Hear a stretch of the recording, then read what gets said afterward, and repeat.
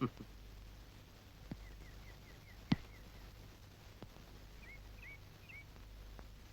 ബുദ്ധ ഭഗവാനെ, ശുദ്ധോദന മഹാരാജാവിന്റെ മകനായ അങ്ങ് സർവ സൗഭാഗ്യങ്ങളും രാജപദവിയും ഉപേക്ഷിച്ച് ഒരു രാത്രി ഭാര്യയോട് പോലും പറയാതെ കൊട്ടാരം വിട്ടിറങ്ങിയ ആളാണെന്ന് പണ്ട് എന്നെ സരസ്വതി ടീച്ചർ 5ാം ക്ലാസ്സിൽ പഠിപ്പിച്ചിട്ടുണ്ട്. ഇന്നെന്റെ ഗതി ഏതാണ്ട് അങ്ങനെയൊക്കെ തന്നെ. ആർഭാടകരമായ ഒരു ജീവിതവും സ്വന്തം മുറപ്പെണ്ണും കൈവിട്ടുപോയ ഞാൻ അങ്ങേപ്പോലെ തെരുവിലേക്ക് ഇറങ്ങിയിരിക്കുകയാണ്.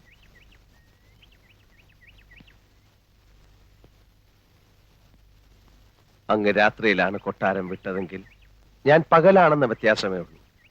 അങ്ങ് സ്വമനസാലെയാണ് എല്ലാം ഉപേക്ഷിച്ചിട്ട് ഇറങ്ങിയെങ്കിൽ എന്നെ അപ്പുക്കുട്ടൻ തള്ളി ഇറക്കിയതാണ്. ഞാൻ പറയുന്നത് ഭഗവാന് മനസ്സിലാവുന്നുണ്ടല്ലോ.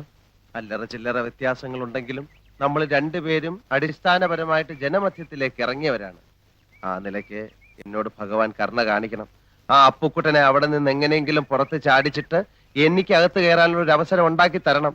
അല്ലെങ്കിൽ എവിടെയെങ്കിലും പോയിരുന്ന് ഞാൻ തപസ് ചെയ്ത് എന്തെങ്കിലുമൊക്കെ ഞാനും ആയിത്തീരും. നമ്മൾ തമ്മിൽ എന്തിനാ വെറുതെ ഒരു കോമ്പറ്റീഷൻ?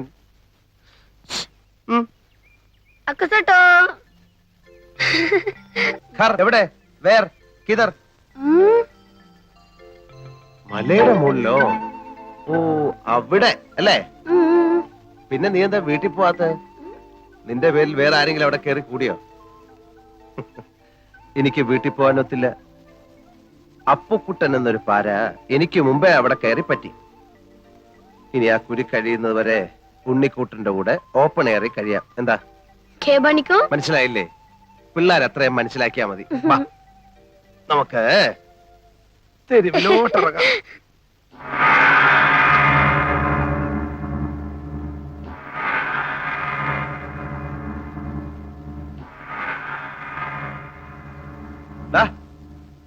ഇനി ഇറങ്ങി വാ. മതി ഒരുങ്ങിയത്. വാ വാ.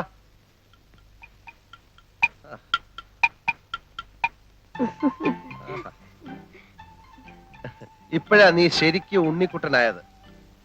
കടത്തിണ്ണെ കിടന്നാലും നല്ല വെൽ ഡ്രസ്ഡ് ആയിട്ട് കിടക്കണം. ചത്ത് കിടന്നാലും ചമഞ്ഞു കിടക്കണമെന്ന് മലയാളത്തിലൊരു ചൊല്ലുണ്ട്. നിനക്ക് ഈ തൊപ്പി ചേരുന്നില്ല. നിന്റെ മുട്ടത്തലയാ നല്ലത്. വാ.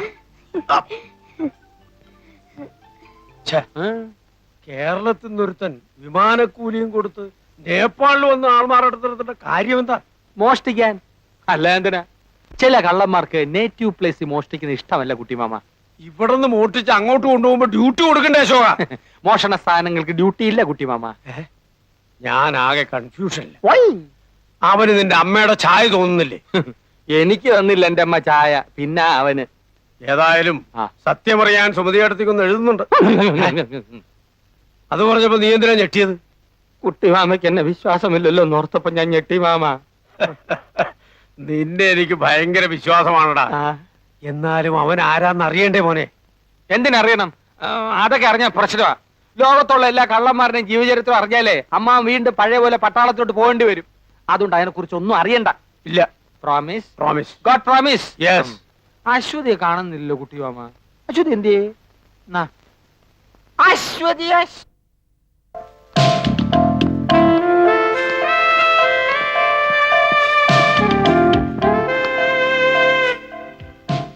ठीक है. May I come in, sir? Yes. ഇരിക്കൂ. Thank you, sir.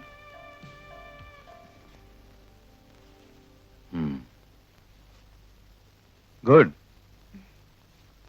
ഇത് കണ്ടിട്ട് മറ്റേതെങ്കിലും അനുഷ്ഠാന കലയുമായി സാമ്യം തോന്നിയോ? ഞാനങ്ങനെ ആലോചിച്ചില്ല. നമ്മുടെ നാട്ടിലെ കോലംതുള്ളലുമായി വിദൂരമായ സാമ്യം ഇതിനുണ്ട്. ദേവപ്രീതിക്ക് വേണ്ടി നടത്തുന്ന അനുഷ്ഠാനം തന്നെയാണോ ഇതും? മിക്ക നാടോടി കലകളും മതപരമായ അനുഷ്ഠാനവുമായി ബന്ധപ്പെട്ടവയാണ്. പക്ഷെ ഇത് അതിന്റെ ഒരു കമേഴ്ഷ്യൽ വേർഷനാണ്. ഇത് ഇതിന്റെ തനിമയോടുകൂടി ഇപ്പൊ എവിടെയെങ്കിലും കാണാൻ പറ്റുമോ? ഈ നാടിന്റെ ആത്മാവിലേക്ക് ഇറങ്ങിച്ചെന്നാൽ ഒറിജിനൽ ആർട്ട് ഫോംസ് മാത്രമല്ല, അസാധാരണമായ ഒത്തിരി ആചാരാനുഷ്ഠാനങ്ങൾ നമുക്ക് ദർശിക്കാൻ കഴിയും. കേൾക്കുമ്പോൾ അത്ഭുതം തോന്നും. ജീവിച്ചിരിക്കുന്ന ദൈവങ്ങൾ വരെ അവിടെ ഉണ്ട്. ഞാൻ കേട്ടിട്ടുണ്ട്. ദിവ്യ കന്യകയെ പോലെ അല്ലേ? യെസ്.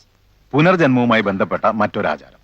ഉദാഹരണത്തിന് ടിബറ്റൻ ബുദ്ധമതക്കാരുടെ ആചാര്യനായ ലാമ മരിച്ചു കഴിഞ്ഞാൽ അദ്ദേഹത്തിന്റെ പുനർജാത ശിശുവിനെ തെരഞ്ഞെടുത്ത് റിംപോച്ചയായി വാഴിക്കുന്ന ചടങ്ങ് ഇന്നും അതിന്റെ തനിമയോടെ തുടരുന്നു. റിംപോച്ചെ? പുനർജാത ലാമയെ അവരങ്ങനെയാണ് സംബോധന ചെയ്യുന്നത്. ആ, നന്മയുടെയും കരുണയുടെയും പ്രതീകമാണ് റിംപോച്ചെ.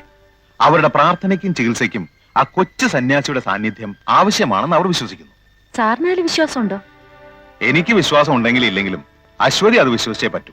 കാരണം കുട്ടിയുടെ സബ്ജക്റ്റ് ആണത്.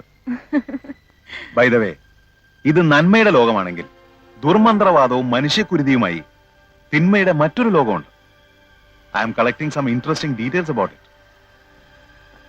ഓക്കെ, അശ്വതിയുടെ അന്വേഷണ ബുദ്ധിയെ ഞാൻ അഭിനന്ദിക്കുന്നു. Keep it up. Thank you sir.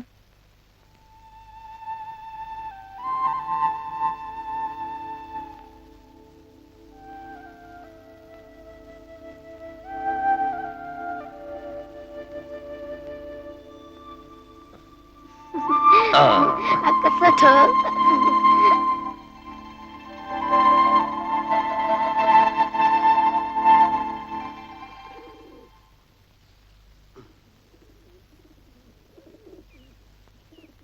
എന്റെ അമ്മേ, അടിച്ചോണ്ട് പോയാ? ഇല്ല. ഇവനിത് എവിടെ പോയി? Akasata. എനിക്ക് രാവിലെ ചായ വേണമെന്ന് ഉണ്ണിക്കുട്ടനോട് ആരാ പറഞ്ഞേ? ഉം?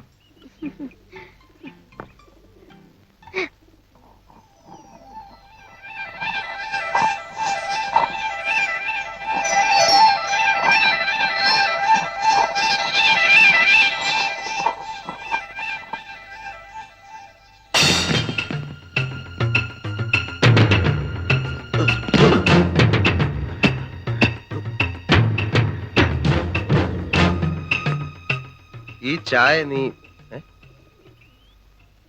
പിന്നെ പോയാ? കുട്ടിച്ചാത്തന്റെ ബന്ധുവല്ലോ ആണോ? ഉണ്ണിക്കുട്ടാ, ഉണ്ണിക്കുട്ടാ.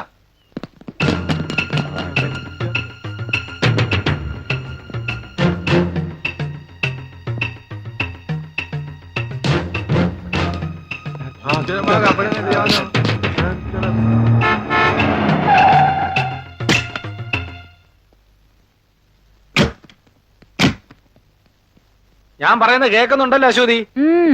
ആ, എന്നിട്ട് അവൻ കാവിലെ പൂരത്തിന് വെച്ചിരുന്ന കതിനയില് വെള്ളം കോരി ഒഴിച്ചു. എന്തിന്? എന്നോടുള്ള വാശി തീർക്കാൻ. അപ്പൊ കഥ ഇതുവരെ തീർന്നില്ലേ? ആ, എന്റെ വിജയത്തിന്റെ കഥ എങ്ങനെ പെട്ടെന്ന് പറഞ്ഞാൽ തീരില്ല. അതിങ്ങനെ മഹാഭാരതം പോലെ കാണാനായിട്ട് കിടക്കുകയില്ലേ? ഒരു ദിവസം കൊണ്ടൊന്നും പറഞ്ഞ് തീരില്ല. ഇപ്പൊ ഞാൻ പോട്ടെ, ബാക്കി നാളെ പറയാം. സീരിയലായിട്ട് പറഞ്ഞ എന്റെ ത്രിൽസ് ഉണ്ടാവില്ല. ആക്ഷൻ പാക്ഡ് അഡ്വഞ്ചർ സ്റ്റോറിയാണ് എന്റെ വിജയത്തിന്റെ ഞാൻ പോട്ടെ, പ്രൊഫസർ വെയിറ്റ് ചെയ്യാണ്. അശ്വതി അശോകേട്ടൻ പോകുന്നില്ലേ? പറഞ്ഞുകൊണ്ട് വന്ന കാര്യം മുഴുമിക്കാതെ പോകുന്നത് എങ്ങനെയാ? നമ്മൾ എവിടാ പറഞ്ഞു നിർത്തിയത്? പടകോളിച്ചണ്ടി മത്സരം. അവിടെ വെച്ച് അവൻ ഒരു വെല്ലുവിളി നടത്തി. കാവിലെ പാട്ട് മത്സരത്തിന് അവൻ എന്നെ തോപ്പിക്കുമെന്ന്. പട്ടം പറത്തൽ, ചെസ്, കബഡി, തലപ്പന്ത് എന്നീ മത്സരങ്ങളിലൊക്കെ ദയനീയമായി പരാജയപ്പെട്ട ഒരുത്തന്റെ വെല്ലുവിളിയാണെന്ന് ഓർക്കണം. കുറെ നേരം കൊണ്ട് അശോകേട്ടൻ പറയുന്നുണ്ടല്ലോ, ആരായി അവൻ? എതിർ ടീമിന്റെ ക്യാപ്റ്റൻ അശ്വതിയുടെ ഫ്ലാഷ് അടിച്ച് മാറ്റിയില്ലേ? ഏറോണ്ട് അവനെ പൊലിക്കും. എന്നിട്ട് എന്നിട്ടെന്താ? മത്സരം തുടങ്ങി. സ്കൂളിൽ പഠിക്കുമ്പോ എനിക്കാണല്ലോ ഫസ്റ്റ്. ഏത്? അക്ഷര ശ്ലോകത്തിന്. ആ എക്സ്പീരിയൻസ് വെച്ച് ഞാൻ ഒരു അലക്കലക്കി. നക്ഷത്രം മത്സരമായിരുന്നോ? ഇടയ്ക്ക് ഒരു തമാശ പറഞ്ഞ് ടെമ്പോ കളയല്ലേ അശ്വതി? അശോകേട്ടൻ പറഞ്ഞോളൂ. ആ, എന്റെ താളബോധവും അക്ഷരസ്ഫുടത അവനില്ലല്ലോ. എന്റെ വായിൽ നിന്ന് കടിച്ചാ പൊട്ടാത്ത പദങ്ങൾ അനർഗള നിർഗളം പ്രവഹിക്കുന്നത് കണ്ടും കേട്ടും അവൻ ബോധം കെട്ട് വീണു. അവസാനം എല്ലാരും കൂടി എന്നെ പൊക്കി എടുത്തോണ്ട് പോവുകയായിരുന്നു. അയാളല്ലേ ബോധം കെട്ട് വീണത്? അശോകേട്ടൻ എന്തിനാ പൊക്കിക്കൊണ്ടുപോയത്? വിജയശ്രീലാളിതിനായി എന്നെ സുഹൃത്തുക്കൾ ചേർന്ന് പൊക്കിയെടുത്തോണ്ട് പോയെന്നാണ് പറഞ്ഞത്. പിന്നെ ചാരായ ഷാപ്പിന്റെ മുമ്പിൽ ചെന്ന് എന്നെ താഴെ ഇട്ടുള്ളൂ. അശോകേട്ടൻ കുടിക്കുവോ? അയ്യോ, ഞാൻ കുടിക്കില്ല. ചാരായ ഷാപ്പിന്റെ ഇപ്പുറത്തെ ഊടുവഴി കൂടെ നമുക്ക് വീട്ടിലോട്ട് പോകാലോ. ഓ, അത് ശരി. ആ, ഇനി അങ്ങോട്ട് അശോകേട്ടൻ വരണമെന്നില്ല, ഞാൻ പൊയ്ക്കോളാം. വേണേ ഞാനും കൂടെ വരാം. വേണ്ട. ടാറ്റാ. ടാറ്റാ. Bye by.